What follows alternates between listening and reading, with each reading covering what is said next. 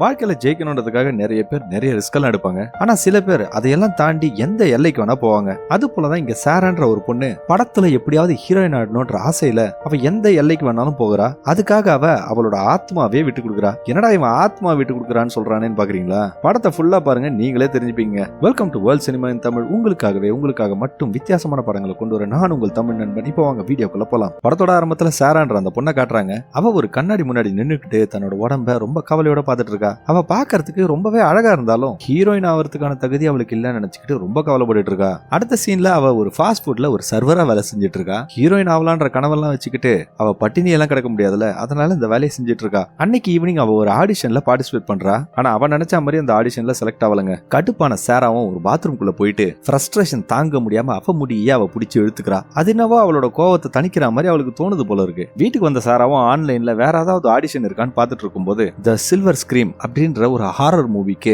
Heroine தேடிட்டு இருக்கிற அட்வர்டைஸ்மெண்ட்டை சாரா பாக்குறா. அந்த படம் அஸ்ட்ரியாஸ் பிக்சர்ஸ் அப்படின்ற ஒரு ப்ரொடக்ஷன் கம்பெனி இருக்கிறதா அவ தெரிஞ்சுக்கிறா. அந்த கம்பெனி ஒரு ஃபேமஸான கம்பெனின்னு அவங்க எல்லாருக்கும் தெரிஞ்சிருக்கு. அதனால சாராவும் அந்த கம்பெனிக்கு தன்னோட ரெஸ்யூமையும் போட்டோவையும் அனுப்பிச்சு விட்டுறாங்க. அதுக்கப்புறம் சாரா தன்னோட ஃப்ரெண்ட்ஸ் கூட ஒரு சின்ன பார்ட்டியில கலந்துக்கிறா. அவளோட ஃப்ரெண்ட்ஸ் எல்லாருமே இதே மாதிரி சினிமாக்கு தான் ட்ரை பண்ணிட்டு இருக்காங்க போல. அந்த குரூப்ல ட்ரேசி, ஏரன், ஆஷ்லி அப்படின்னு 3 பொண்ணுங்க இருக்காங்க. அவங்க 3 பேருமே சினிமால சான்ஸ் கிடைக்கிறதுக்காக தான் ட்ரை பண்ணிட்டு இருக்காங்க. அதே போல டேனி, போ அப்படின்ற 2 பசங்க கேமராமேன் ஆகிறதுக்காக ட்ரை பண்ணிட்டு இருக்காங்க. அந்த நேரத்துல இந்த ஏரன்ற பொண்ணு சாரா கிட்ட கொஞ்சம் ரூடா நடந்துக்கிறத நம்ம பார்க்க முடியுது. ஒரு கேங்குன்னு இருந்தாலே சில பேருக்கு சில பேரை பிடிக்காது தானே, அது போலதான். அதுக்கப்புறம் போர் அடிச்சு போயிட்டு சாராவும் அங்கிருந்து வெளியே போயிட்டு இருக்கும் போது டேனி அவங்களோட புது சினிமா ப்ராஜெக்ட் பத்தி சாரா கிட்ட பேசிட்டு இருக்கான். அந்த கரெக்டான நேரத்துல சாராவோட மொபைலுக்கு அவ அப்ளை பண்ண ஆடிஷனுக்கு அவ செலக்ட் ஆயிருக்கான்னு சொல்லி மெசேஜ் வருது. இதை பார்த்த உடனே சாராக்கு சந்தோஷம் தாங்க முடியல. அந்த பொண்ணு ட்ரேசியும் இதை கேட்டு ரொம்ப சந்தோஷப்படும் போது இந்த ஏரன் இருக்கால, அவளுக்கு அந்த படத்தோட பேர் பிடிக்காதனால சும்மா கிண்டல் பண்ணிட்டு இருக்கா. அடுத்த நாள் காலையிலே ஆயிடுது. சாராவும் ஆடிஷனுக்கு போய் உட்காந்துட்டு இருக்கும்போது ஒரு பொண்ணு அந்த ஆடிஷன் ரூம்ல இருந்து வேகமா அழுதுட்டு போயிட்டே இருக்கும்போது அதை பார்த்த சாரா கொஞ்சம் அப்செட் ஆயிடுறா. அந்த ஆடிஷன் ரூமுக்குள்ள போன சாராவும் பயங்கர எனர்ஜியோட தன்னை பத்தி பேசிட்டு இருக்கும்போது அந்த ஆடிஷன் எடுத்துட்டு இருக்க டைரக்டர் கொஞ்சம் சிடுமுஞ்சியா இருப்பான் போல. பேசினதெல்லாம் போதும், உன் டேலண்ட் என்ன, அதை கொஞ்சம் செஞ்சு காட்டுன்னு சொல்றான். சாராவும் தான் கத்துக்கிட்ட மொத்த வித்தையை அந்த டைரக்டர் கிட்ட காட்டி பாக்குறா. ஆனா அந்த ஆளு சாராவோட பர்ஃபார்மன்ஸுக்கு கொஞ்சம் கூட இம்ப்ரெஸ் ஆன மாதிரியே தெரியலங்க. இதெல்லாம் எங்களுக்கு பத்தாது, நீ கிளம்பலாம்னு சொல்லிடுறான். இதை கேட்டு அப்படியே ஷாக் ஆன சாரா மனசுல கஷ்டத்தோட ஏன் நான் சரியா பண்ணலையா அப்படின்னு கேட்கும்போது எங்களுக்கு தேவைப்படுற ஹீரோயின் மெட்டீரியல் உங்ககிட்ட இல்ல அப்படின்னு சொல்லிடுறான். மனசு உடஞ்சு போன சாராவும் அங்கிருந்து சிரிச்சுக்கிட்டே வெளியே போயிட்டு அங்க இருந்த ஒரு பாத்ரூமுக்குள்ள போய் தன்னோட கோவம், ஆத்திரம் எல்லாத்தையும் வெளியே காமிச்சு பயங்கரமா கத்திட்டு இருக்காங்க. கோவம் தணிஞ்ச அப்புறம் சாரா வெளியே வரும்போது அந்த டைரக்டரோட அசிஸ்டன்ட்டுக்கு சாராவோட இந்த ஆட்டிடியூட் ஒரு வித ஆர்வத்தை தூண்டிருக்கு போல இருக்கு. சாராவோட உண்மையான ஆட்டிடியூட தெரிஞ்சுக்கணுன்றதுக்காக மறுபடியும் அவளுக்கு ஒரு சான்ஸ் கொடுக்குறாங்க. ஏன் அந்த பாத்ரூம்குள்ள அந்த மாதிரி நடந்துகிட்டேன்னு அவங்க கேட்கும்போது சின்ன வயசுல இருந்து எனக்கு எப்பெல்லாம் கோவம் வருதோ இதே போலதான் மண்டையை பிச்சுப்பேன் அப்படின்னு சொல்லிட்டு இருக்கா. எங்களுக்காக மறுபடியும் நீ அதை செஞ்சு காட்ட முடியுமான்னு அந்த அசிஸ்டன்ட் கேட்கும்போது சாராக்கு முதல்ல இவங்க உண்மையாதான் கேட்கறாங்கன்றது புரியாம அதுக்கப்புறம் தான் இவங்க சீரியஸா கேட்கறாங்கன்னு தெரிஞ்சுக்கிட்டு அதே போலயே தன்னோட தலையை பிச்சுக்க ஆரம்பிக்கிறாங்க.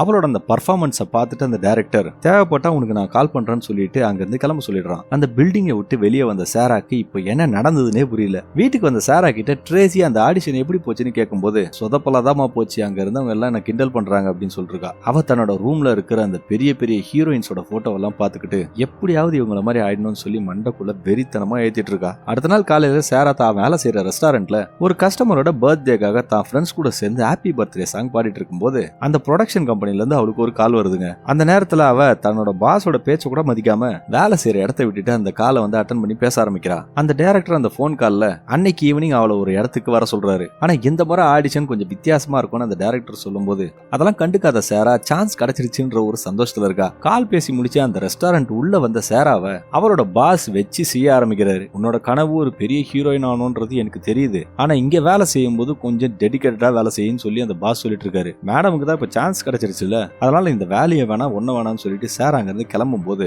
இந்த வேலையும் இல்லைன்னா நீ பிச்சை தான் எடுப்பேன்னு அந்த ஆளு சொல்றாரு. அதுக்கு சாரா நான் பிச்சை எடுத்தாலும் பரவாயில்ல, மறுபடியும் இந்த வேலைக்கு வர மாட்டேன்னு திமுறா சொல்றா. அடுத்த சீன்ல சாரா தன்னோட ஆடிஷனுக்காக ஒரு இருட்டான அறையில் நின்று இருக்கா. அப்போ தூரத்துல இருந்து கேட்கிற டைரக்டரோட குரல் அவளை ட்ரெஸ்ஸை கழட்டும்படி சொல்றான். சாராக்கு இப்போ ஒண்ணுமே புரியல, ஏன்னா அந்த அட்வர்டைஸ்மெண்ட்ல நியூடிட்டியை பத்தி எதுவுமே போடல. சாரா அதை கேட்டுட்டு அதை செய்ய முடியாதுன்னு சொல்லும் போது அந்த டைரக்டர் இந்த ரோலுக்காக நீ எவ்வளவு கமிட்டடா இருக்கன்னு தெரிஞ்சுக்கிறதுக்காக தான் நான் இதை கேட்கறேன், அதனால அதனால நான் சொல்ற மாதிரி செய்யுன்னு சொல்றான். அந்த நேரத்துல வேற எதுவும் சாய்ஸ் இல்லாத சேராவும் தன்னோட ஒரு ட்ரெஸ்ஸா கட்ட ஆரம்பிக்கிறா. அந்த நேரத்துல சேராக்கு ரொம்ப பதட்டமா அவரத பார்த்து அந்த டைரக்டர் ரிலாக்ஸா இருக்க சொல்லிட்டு இருக்கான். எப்படா ட்ரெஸ்ஸை கட்டி போட்டு நின்னா ரிலாக்ஸாவா இருப்பாங்க?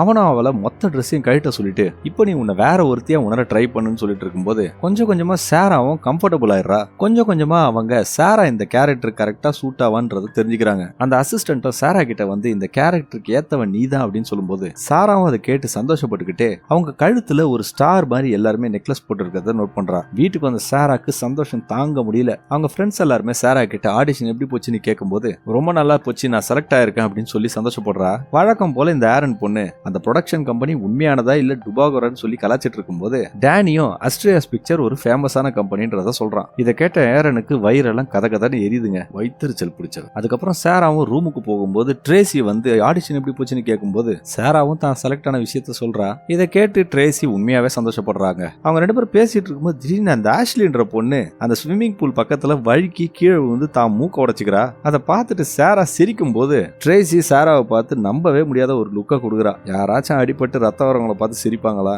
அன்னைக்கு சாயந்தரம் சேராக்கு அந்த டைரக்டர் கிட்ட கால் வருது. அவன் இந்த படத்தோட ப்ரொடியூசர் உன்னை மீட் பண்ணணும்னு சொல்லி கூப்பிடுறான். இதை கேட்ட சேரா இப்போ வானத்திலே மிதக்குறாங்க. செம்மையான ஒரு ரெட் கலர் ட்ரெஸ் எல்லாம் போட்டுக்கிட்டு ரொம்ப பார்த்து செக்ஸியா ட்ரெஸ் பண்ணிட்டு கிளம்புறா. அவ கிளம்பும் போது அவ ஃப்ரெண்ட்ஸ் எல்லாம் அவளை பார்த்து ரொம்ப காம்ப்ளிமெண்ட்ஸ் எல்லாம் கொடுத்துட்டு இருக்கும்போது இந்த ஏரன் பொண்ணு மட்டும் சேராவை கொஞ்சம் ஓவரா ட்ரெஸ் பண்ணிருக்கா அப்படின்னு சொல்லி கலாய்ச்சிட்டு இருக்கா. அதெல்லாம் இல்ல, நீ பார்க்க சூப்பரா இருக்கன்னு சொல்லி மத்தவங்க எல்லாம் சொல்லிடவே சேராவும் ரொம்ப சந்தோஷமா அங்க இருந்து கிளம்புறா. சேராவும் ஒரு பேலஸ் மாதிரி வீட்டுக்கு முன்னாடி போய் நிக்கிறா. அந்த டைரக்டரோட அசிஸ்டன்ட் சேராவை உள்ள கூட்டிட்டு போறாங்க. அவங்க ரெண்டு பேரும் அந்த படத்தோட ப்ரொடியூசரை போய் மீட் பண்ணும்போது அவர் ஒரு வயசானவர் சேராவோட கையில முத்தம் கொடுத்து அவளை வெல்கம் பண்றாரு. அவர் சேரா கிட்ட ஆடிஷன் டேப்ஸ்ல பார்த்ததை விட நேர்ல நீ ரொம்ப அழகா இருக்கான்னு சொல்லிட்டு இருக்காரு. அப்ப அந்த ப்ரொடியூசர் சேரா கிட்ட மனுஷனோட மோசமான பக்கத்தை தான் இந்த படத்துல நான் கேப்சர் பண்ண போறேன் அப்படின்னு சொல்லி பேசிட்டு இருக்காரு. அதனால அவரு சேரா கிட்ட ஏன் உன்னோட அழகான முடியை நீயே பிச்சை எடுத்துக்கிறேன்னு கேட்கும்போது இந்த விஷயத்தையே எல்லாரும் கேட்டுட்டு இருக்காங்களேன்னு நினைக்கிற சேரா சின்ன வயசுல இருந்தே எனக்கு எப்பெல்லாம் கோவம் வருதோ அப்பெல்லாம் என்னோட முடியை பிச்சு என் கோவத்தை தனிச்சுக்குவேன் அப்படின்னு சொல்றா. எல்லாருக்குமே ஒரு வித பழக்கம் இருக்கும் தானே.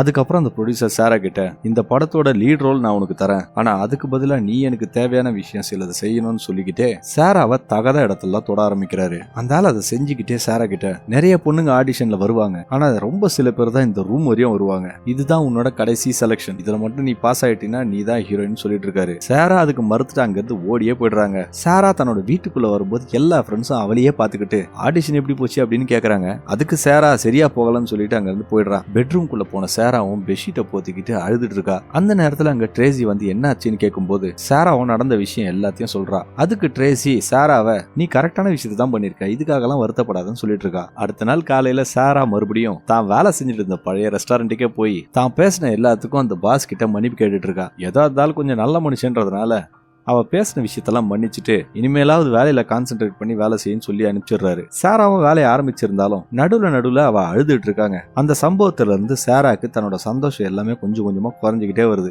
அவளோட ஃப்ரெண்ட்ஸ் கூட மிங்கிள் ஆக முடியல. அந்த நேரத்துல சேரா கிட்ட வந்து பேசுற டேனி அந்த ப்ரொடியூசர் கிட்ட உனக்கு என்ன நடந்ததுன்னு எனக்கு தெரியும், அதை பத்தியெல்லாம் நீ கவலைப்பட்டு இருக்காத, எங்களோட ப்ராஜெக்ட்ல வேணா நீ நடின்னு சொல்லி டேனி சொல்லிட்டு இருக்கும்போது சேராவும் அதுக்கு சம்மதிச்சிடுறா. அப்ப டேனி அவகிட்ட ஒரு மாத்திரை கொடுத்து இதை போட்டுக்க கவலை எல்லாம் மறந்துடும் சொல்லும் போது அவள் அந்த மாத்திரை போட்டதுக்கு அப்புறம் அவளுக்கு அப்படியே மிதக்குற மாதிரி இருக்கு. அவங்க எல்லாருமே அந்த ஸ்விம்மிங் பூல்ல பார்ட்டி பண்ணிட்டு இருக்கும்போது அந்த ஏரன்ற பொண்ணு டேனியை கிஸ் பண்றா. இதை பார்த்த உடனே சேரா மறுபடியும் பதட்டமாயிடுறா. அப்ப அவளுக்கு அந்த ப்ரொடியூசர் சொன்ன விஷயம் ஞாபகம் வருது. என்னன்னா நீ இந்த ரோலுக்காக என்ன வேணா செய்வேன்றதுல தயாரா இருக்க அப்படின்னு கேட்ட விஷயம் தான் அவளுக்கு ஞாபகம் வருது. ஏற்கனவே போதையில இருந்ததுனால அவளும் போன் எடுத்து அந்த ப்ரொடக்ஷன் கம்பெனிக்கு கால் பண்ணி எனக்கு 2வது சான்ஸ் ஒன்னு கொடுக்கன்னு கேட்கும்போது அவங்களும் 1 மணி நேரத்துல வந்து சேருன்னு சொல்லிடுறாங்க. அதனால சேராவும் கிளம்பி அந்த போதையில இருக்கிற நிலைமையிலையும் ப்ரொடியூசரை பார்க்கறதுக்காக கிளம்பிடுறா. சேராவை ரிசீவ் பண்ற அந்த டைரக்டரோட அசிஸ்டன்ட் இதுதான் உனக்கு கடைசி வாய்ப்பு, இதை விட்டுறாத அப்படின்னு சொல்லும்போது அவள அந்த ப்ரொடியூசர் கிட்ட போய் நான் பண்ணது தப்பு தான், இந்த சான்ஸ்க்காக நான் எந்த எல்லைக்கு வேணா போறதுக்கு தயாரா இருக்கேன்னு சொல்லிட்டு இருக்கும்போது அந்த ப்ரொடியூசரும் சேராக்கு முன்னாடி எழுந்து நிக்கிறாரு. அப்போ அவருக்கு முன்னாடி முட்டி போடுற சேரா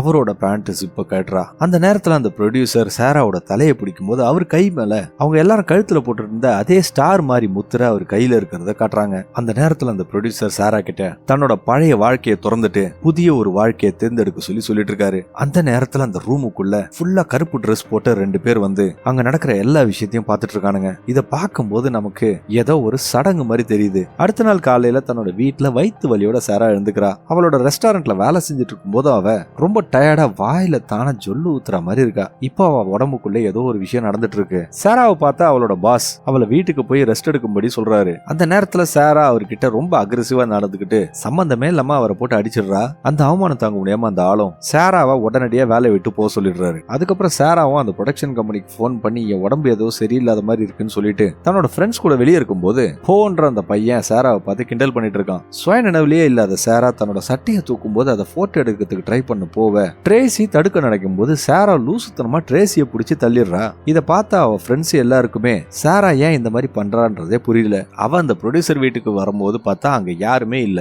அடுத்த நாள் காலையில சாரா வீட்டுல எழுந்துக்கும் போது அவ உடம்பெல்லாம் ஜுரம் வந்து உதறிட்டு இருக்கு. பாத்ரூம்குள்ள போய் வாந்தியா எடுத்து தள்ளிட்டு இருக்கா. ட்ரேசியும் பாத்ரூம் வெளியே நின்றுட்டு சாராவை வெளியே வர சொல்லிட்டு இருக்கா. ஏன்னா அவ உள்ள போய் 2 மணி நேரம் ஆகுது. வெளியே வந்த சாராவும் கிச்சன் சிங்க்ல போய் வாந்தி எடுத்துட்டு இருக்கா. அப்போ ட்ரேசி சாராக்கு என்ன ஆச்சுன்னு கேட்கலாம் ட்ரை பண்ணும்போது சாரா ட்ரேசியை போட்டு கண்ணா பின்னான்னு திட்டிட்டு இருக்கா. இதனால கடுப்பான ட்ரேசியும் 3 மாசமா வீட்டு வாடகை நான் தான் கொடுத்துட்டு இருக்கேன், அதை மறந்துடாதன்னு சொல்லிட்டு இருக்கா. இதை கேட்டு கடுப்பான சாராவும் அவ ரூமுக்குள்ள போய் அந்த ப்ரொடக்ஷன் கம்பெனி கொடுத்த அட்வான்ஸ் பணத்தை எடுத்துட்டு வந்து ட்ரேசியோட மூஞ்சி மேலே விட்டேறா. மறுபடியும் ரூமுக்கு வந்து படுக்கும் போது சாராக்கு அவ ஒரு கிளாமர் குவீன் மாதிரி விஷயம் எல்லாம் வந்து போகுது. ராத்திரி ஆக ஆக சாராவோட உடல் நிலை ரொம்ப மோசமாயிட்டே வருது. அவ பாத்ரூமுக்கு போலான்னு ட்ரை பண்ணும்போது அவ விரல்ல அந்த நகெல்லாம் லூஸா வருது அவ நோட் பண்றா. அவளோட முடியும் அபரிவிதமா கொட்ட ஆரம்பிச்சிடுது. அது மட்டும் இல்லாம அவ வயிற்றுக்குள்ள ஏதோ நகர்ற மாதிரிலாம் தெரிஞ்ச உடனே வாந்தி எடுக்கிறா. அந்த வாந்தியில வெறும் புழுவா வருதுங்க. அந்த நேரத்துல அவளோட ரூமுக்குள்ள போன் அடிக்கிறத கேட்டுட்டு அதை எடுத்து பேசும்போது அதுல அந்த ப்ரொடியூசர் தான் பேசுறாரு. அப்ப சாரா அவர்கிட்ட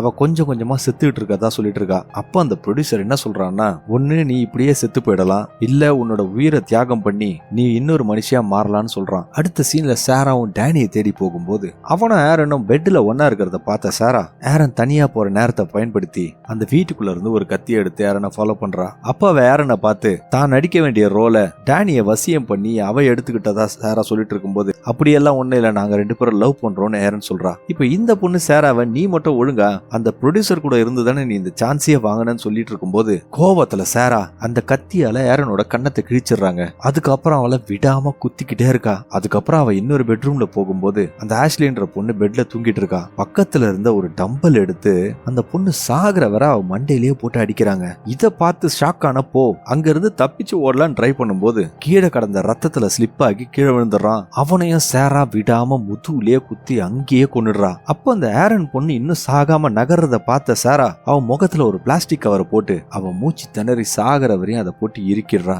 கொஞ்ச நேரம் கழிச்சு டேனியும் எழுந்து ஏரன் எங்க இருக்காரு பாக்கலாம்னு சொல்லிட்டு போலான்னு பாக்கும்போது சாரா அந்த ரூமுக்கு வெளியே உட்காந்துட்டு இருக்கா. சாரா பாக்கிறதுக்கு ஒரு மாதிரி இருக்கான்னு தெரிஞ்சுக்கிட்டு டேனியும் அவ கிட்ட வந்து பேசலாம்னு நினைக்கும் போது அவ வயிற்றுலயே கத்தியால குத்தி அவளுக்கு யாரும் நண்பர்கள் இல்ல அப்படின்னு சொல்லிட்டு இருக்கா. அந்த நேரத்துல அந்த இடத்துக்கு அதே கருப்பு ட்ரெஸ் போட்ட சில பேர் வராங்க. அவங்க சாராவை தாங்க கூட கூட்டிட்டு போறாங்க. அதே நேரத்துல அந்த ப்ரொடக்ஷன் கம்பெனில இருக்கிற எல்லா பெரிய ஆளுங்களும் அந்த இடத்துக்கு வராங்க. அவங்க எல்லாருமே சாராவை உயிரோட மண்ணுக்குள்ள புதைச்சிட்டு ஏதோ அமானுஷ்யமான மந்திரத்தெல்லாம் சொல்லிட்டு இருக்காங்க. அவளை புதைச்ச இடத்துல லைட் எல்லாம் வச்சு அதே ஸ்டார் சிம்பிளை உருவாக்குறாங்க. இவங்க எல்லாருமே ஏதோ ஒரு சாத்தான கடவுளா வழிபடுற கும்பல்னு நமக்கு தெரியுது. அடுத்த நாள் காலையில அந்த புதைச்ச இடத்துல இருந்து சாரா மெதுவா எழுந்து வெளியே வராங்க.